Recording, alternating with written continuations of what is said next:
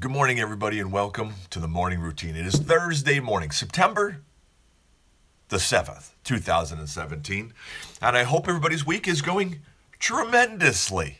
So we're already on to Thursday. Thursday is what is it? What is Thursday? Wednesday's hump day. Thursday is what? On the way to the weekend day? I don't know. Somebody's got to make a name for Thursday. Some kind of a profound meaning behind Thursday. I don't know what it is. So I'm not sure. But anyways, we're here. We're moving along. I hope your week is going great. Good morning, Tom. Good to see you this morning. And yesterday was a great day. Wednesday, it rained like crazy here all day from beginning to end. Got a lot of work done. It was great. It was a good, productive work day. Then, of course, we had our great big 3D event, which I was excited about. Yesterday, I told you all about. And we had food trucks. I had a cheesesteak last night and fries covered with cheese that was from a food truck that was holy Moses. Deliciousness. Let me tell you, it was so good. I couldn't even finish the food. There was so much in a serving. The name of the truck was called... What was it? It Taste Time to Like Us. Taste Time to Love Us. Something like that. But it was really good food truck and had a great time. And the kids had a blast. We had big inflatables and all kinds of fun stuff. And it did, by the way, later on. So I'm going to share this conversation with you guys. I have been instructed or guided by my unofficial editor censor, which unofficial meaning that he doesn't edit or censor anything, right? But my good friend Jim has told me that this may not be a morning routine 6:50 a.m. conversation, but it's a real life conversation. So it started with about a week ago. I was talking, my wife and I were talking, and she was telling me that it is totally acceptable for women that if they go into a public restroom and they're using a stall in the public restroom, that if they realize all of a sudden that there is no toilet paper left, it is totally acceptable to ask the neighboring stall if they can pass some tissue over, which makes perfect sense. I get it. But I have to tell you, when she was telling me that this is acceptable, me as a guy, I'm going, there is no way that a guy would do that. There's no way I would ever do that. So yesterday I had to poll some men. So last night I had an opportunity on 2 separate occasions to poll a group of several men. I told them the story and I said, would you ever ask the neighboring stall for toilet paper? Every single guy said no way, just like Kevin just said on the comments right now. And Sean, no way, absolutely not. And a friend of mine, she was there, Deb, she's like, what is wrong with you guys? Why wouldn't you do that? I'm like, are you kidding me? There is no way you ask the neighboring guy if he's got toilet paper. You lose a sock, you lose something. If you don't have a sock, you put your britches back on and you walk gently out, making sure that nothing touches on the way. Yes, I know, this is the morning routine and this is family friendly, but this is a fact of life. This is real. This has happened to almost everybody, I promise you, right? So I said to her, I said, there is no way a guy asks. I said, in a men's room with stalls, every single man in a stall is an alpha male. As soon as you ask a neighboring for toilet paper, you officially lose alpha male status forever. You can't do it. It's not happening. So that is my information. You tell me, am I wrong? Are all the guys that I polled wrong? Is there a single guy out there that says it's so totally acceptable to ask? Because I've got to tell you something. If I'm using a restroom and somebody asks me for toilet paper, I'm gone, man. I am out of there. I'm banging on the wall. What are you talking about? I'm telling you. But anyways, I'm getting all riled up over something very simple. It happens to be a real thing, though. So anyways, but... Sean, you're cracking me up with your comments. I love it. For you podcast listeners, I have to tell you, I love you guys, by the way, and I have to apologize. Somebody pointed it out to me last night that as people are commenting on the Facebook Live when this is being recorded and they're making comments and I comment on their comments, I apologize that you guys don't get to see the live stream of comments. And if time allowed that I could read all of them, I certainly would. But I'm so thankful for you podcast listeners. I'm a huge podcast fan, and I'm so thankful that you guys are here. By the way, if you are listening on a podcast, please take a moment to review and rate, because that will accelerate it up in the list of things so other people can find it. So, but on we go. I have some stories for you guys this morning. So, but Wendy Sue, no asking. I'm sorry. But all right, here we go. So the first story I've got for you today. This author has written an article. This author has a podcast and started a podcast back in 2015, I think it was, if I'm not. And the idea behind their podcast is to interview entrepreneurs. This podcast host shares 4 of the most surprising things that she's learned by speaking to hundreds of startup founders. So she has interviewed over 300 entrepreneurs who have founded startup businesses, and what she has learned from it. There's 4 things. 4 commonalities that she has gleaned from all of these people. And these are the 4 things that she has gleaned that are common in all these founders. 1, specialize in more stuff than you think you have to is one key in being successful. Develop skills outside of their cut and dried job description. Because you never know how your company will change or where the biggest opportunity will lie, you need to be prepared for whichever direction you may go. If you're so narrowly focused, you'll miss everything. If you only specialize in one domain, you might miss the opportunities that lay outside of that. So learn things outside of your main focus. 2, share what makes you tick, and then have your team do the same. This is an interesting management strategy. Just listen to this, okay? These people suggest that if you sit down and say something like this, look, if we are going to work together, this is what you need to know. This is what I respect. This is what drives me nuts. This is what I will deliver. And to you, this is what I will deliver to you and what I expect for you to deliver in return. Imagine sitting down with your team and talking about those things, open dialogue right from the get-go. It makes sense. If we're going to work together, this is what you need to know. This is what I respect. This is what drives me nuts. This is what I will deliver to you, and this is what I expect you to deliver back to me. Open dialogue with your team. Try this exercise with your team and start with your own statement. Urge everyone to be as honest and descriptive as possible. That's fantastic. I love it. Number 3, forget your competition. Competition does not matter. The only way to win is to delight your customer. Interesting insight. As a leader, it is imperative that you help your followers understand that reacting to your competition won't get you to the leadership position. You'll only lose less quickly. Very fascinating. Don't focus on the competition, because then you're just chasing and trying to play defense. You have no chance to score, which scoring is winning over customers, which is the main point. Number 4, stop making things happen. This is very counterintuitive. It's a conscious decision to make room for serendipity, revealing opportunities that are right in front of you, but hidden by tunnel vision, right? Some people are very good at making things happen, and so you force it to happen instead of seeing what really is going on over here, because they're so intent in making this fit there. This square peg is going to fit in that round hole, and I'm going to figure out how to make it happen, instead of finding the sweet spot and just doing it that way, right? So those are 4 insights that this podcaster interviewer has gleaned from over 300 interviews with startup founders. Very great article. It'll be in the show links if you want to read further. That was just the highlights of it. freedomconvo.com, morning show, or follow the links at the end when we're done. Next story. This is sad, but it's a reality. I talked about this a while ago, and not this particular article I'm going to share, but the idea that we don't realize how many people out there are alone and looking for, I shared it once before that in Craigslist, there was a person who was turning 18 who went on there and was looking for a family to share their 18th birthday with because they didn't have anybody. Well, over in Japan, this goes to a whole new level. The title of the article is "You Can Rent a Dad in Japan."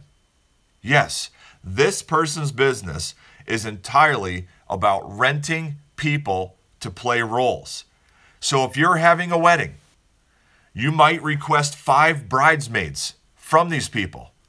If they're all drop dead gorgeous, that would look suspicious, so you have to mix it up. Sometimes you may need to rent 30 to 40 people for a wedding of all different people to make it look normal. What? Yes, people rent 30 to 40 people for a wedding to make it look like a major event. What? There is something in Japanese culture about people's excessive concern for appearances and how they are seen by others. About 20% to 30% of the jobs, the rental jobs for this guys, are for weddings. The next big one is for stand-ins for parents and introducing parents to a prospective spouse. That's another 30-40%. 30 to 40% of their business is when somebody is engaged and they hire fake parents to introduce to their other people's parents, family, because they don't have the parents of their own, or they want to hide the parents that they have, and so they want fake parents. How can you start a marriage based on a giant lie? Like, these are my parents, but they're not. They're rental parents. Parent stand-ins are the most expensive at $275 per person. For them to attend a wedding with you is an additional $130. If you want them to give a speech at your wedding, that's roughly another $50.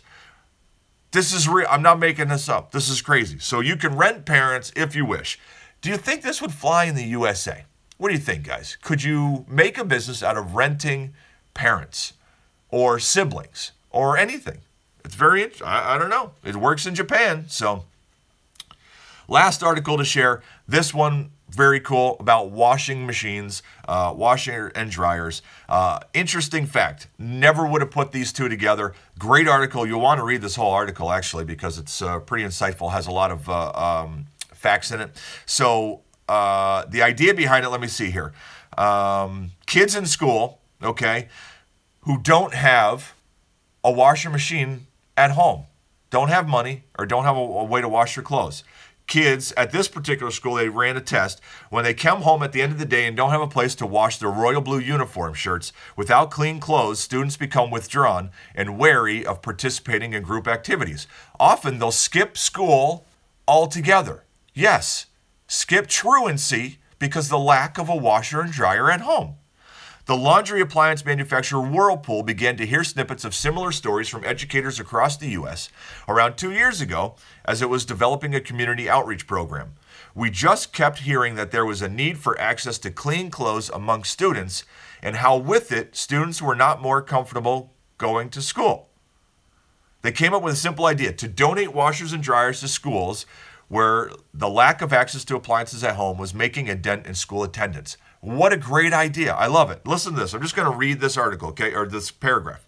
In 2015, installing a laundry pair in just 16 schools in St. Louis, Missouri, Fairfield, California, a point person was selected at each school to oversee use of the machines and to identify kids who might benefit from them.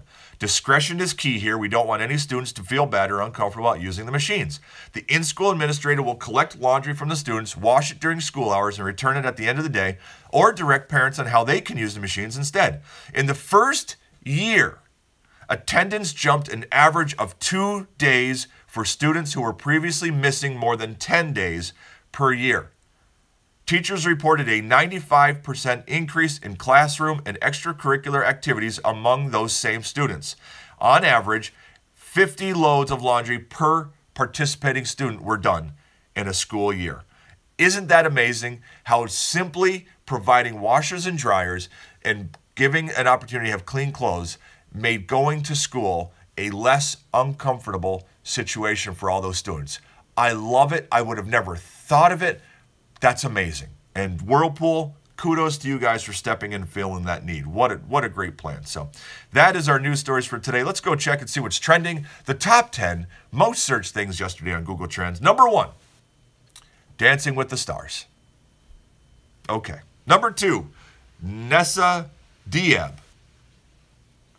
Okay. Number 3, Craig Carton. Okay. All right. Number 4, Katie Holmes.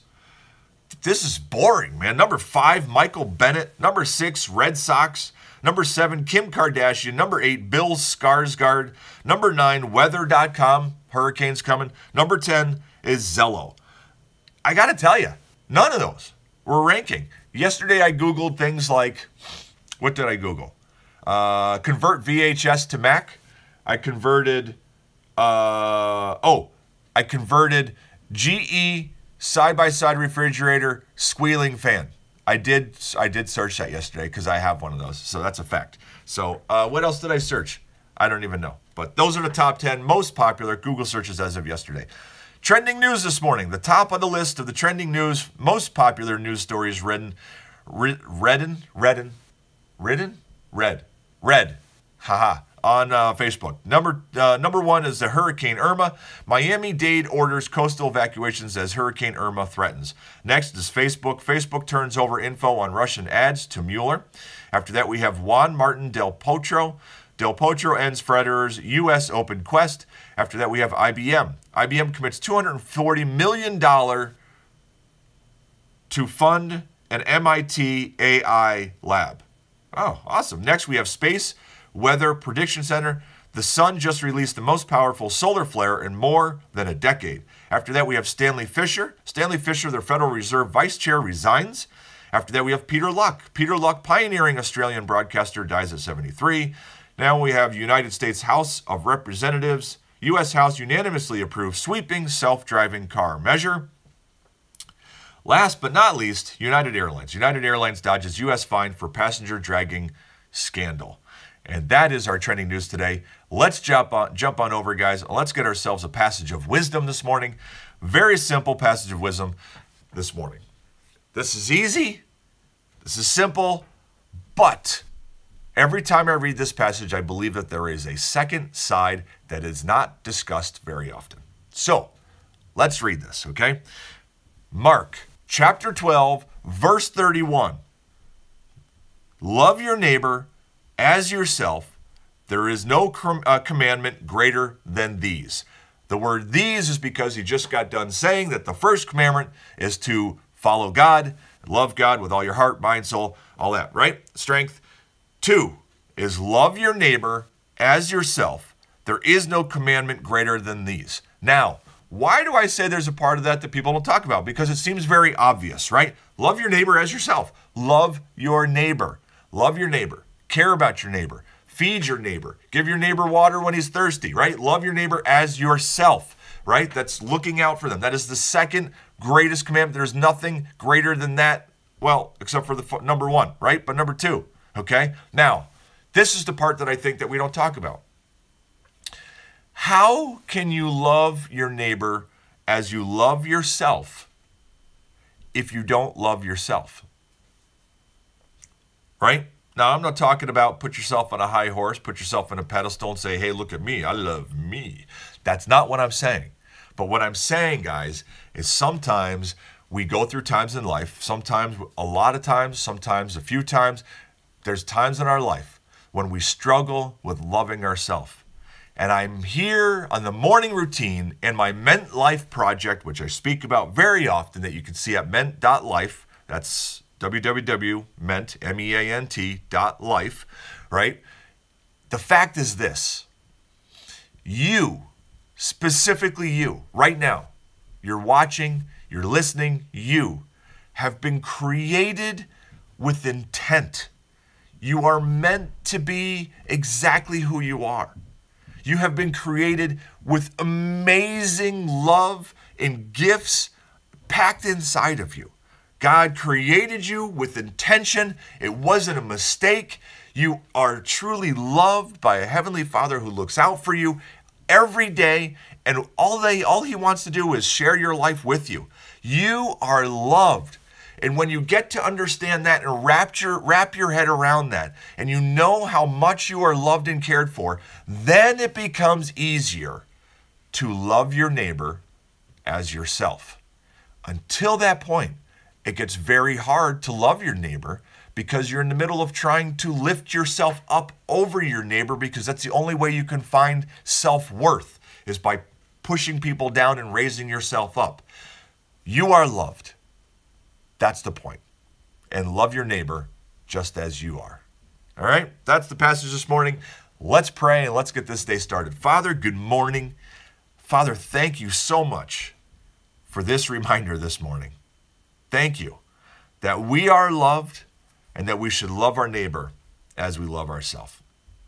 Father, help us today to go through the day and the people that it's easy to love fun people and friendly people and people that are like us. Father, today give us the strength, and yes, the strength, because Father, I know that there's days that it takes great strength to love the people that we just don't get, but they have been created by you with great intention. Help us to see them as somebody who is created and loved by you with great potential inside, and that they have the potential to do all kinds of amazing things and to change lives, or even change just one life. It matters. Help us to love them even though we don't quite understand them. Father, I want to pray again for the people in Houston and also the people in Florida. As one group of people is overcoming a storm that went through, and one is getting prepared for a storm on the way. Father, keep them safe, give them strength, give them peace as they go through their day. And give the strength to the volunteers that are helping them as well recover. Father, be with us today and keep us safe. We love you. Amen. And that, my friends, is a wrap. So glad that you guys were here today. I hope that in some way I have given you some encouragement to go through today and make this Thursday a great day and make it count.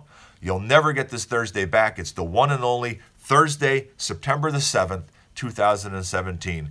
Make it matter. And don't forget that you are loved and that you are meant to be exactly who you are. Have a great day, and I'll see you tomorrow.